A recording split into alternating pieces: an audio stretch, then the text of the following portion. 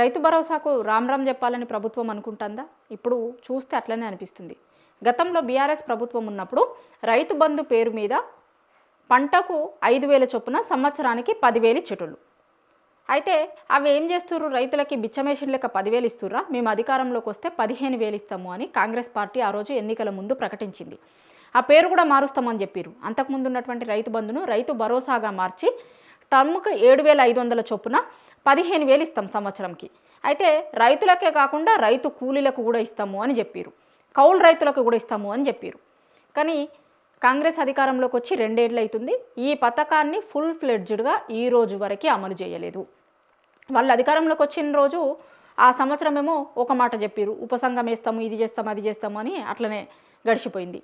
తర్వాత సంవత్సరం ఒక టర్ము వదిలేసిర్రు, ఇంకొక టర్మ్లో సగం మందికి అసలు ఎంతమందికి వేసిర్రు, ఎన్ని ఎకరాలకు వేసిర్రు, ఎన్ని లక్షలు రైతు భరోసా కింద వేసిర్రు అనే దాని మీద ప్రభుత్వం క్లారిటీగా ఈ రోజు వరకు చెప్పలేదు.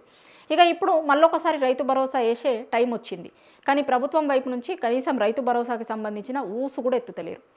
సీఎం గారు కావచ్చు, మంత్రులు కావచ్చు, అసలు ఎవ్వరు కూడా టైం వచ్చింది రైతు భరోసా ఇయ్యాలి రైతులకి అన్నలానే, అసలు అటువైపుగా ఒక పథకం ఉంది, అది ఇవ్వాల్సిన అవసరం ఉంది జనాలకి అన్నలానే ప్రభుత్వం బిహేవ్ చేస్తలేదు. అంటే దాన్ని ఎగ్గొట్టేందుకే ప్రయత్నిస్తుంది అనేటువంటి విషయం చాలా స్పష్టంగా అర్థమవుతుంది. ప్రభుత్వాలకి ఎప్పుడైనా సరే ప్రజలకు అవసరమైనటువంటి వాటిని ప్రభుత్వాలు ప్రతి సంవత్సరం కొంతమంది లబ్ధిదారులను పెంచుకుంటూ పోయి ఎక్కువ మంది లబ్ధిదారులకి పథకాలని అందేలా చేయడము ప్రభుత్వాల పద్ధతిగా ఉండాలి. కానీ ఇప్పుడు మనం చూస్తున్నటువంటి ప్రభుత్వం పద్ధతి ఎట్లా ఉందంటే ప్రతి సంవత్సరం ఏ కొర్రీలు పెట్టి ఎవరెవరిని ఆ లబ్ధిదారుల నుంచి తొలగించేటువంటి ప్రయత్నం చేయాలి అని చూసేటట్టే ఉంది. చాలా పథకాలు ఇప్పటికే అమలు చేసినటువంటి పథకాలు చాలా తక్కువే, కానీ అందులో కూడా మనం చూసినాం కదా, ఉచిత కరెంటుకి సంబంధించింది 200 యూనిట్లు ఫ్రీ అన్నారు. కానీ ఒక్క నెల 200 యూనిట్ల కంటే ఎక్కువ వచ్చినా ఇక ఆ పథకం బంద్ అయిపోతుంది, వాళ్ళకి ఇయ్యరు అన్నట్టు. మళ్ళీ అంటే ఏ కొర్రీలు పెట్టి ఎట్లా వాళ్ళకు వచ్చేటువంటి పథకాలను కట్ చేయాలి అని చూసే ప్రయత్నం అనేది నేను దీంతోనే చెప్పిన అన్నట్టు. ఇది ఒక ఎగ్జాంపుల్గా చెప్పిన, మీకు ఈజీగా అర్థమవుతుంది అని.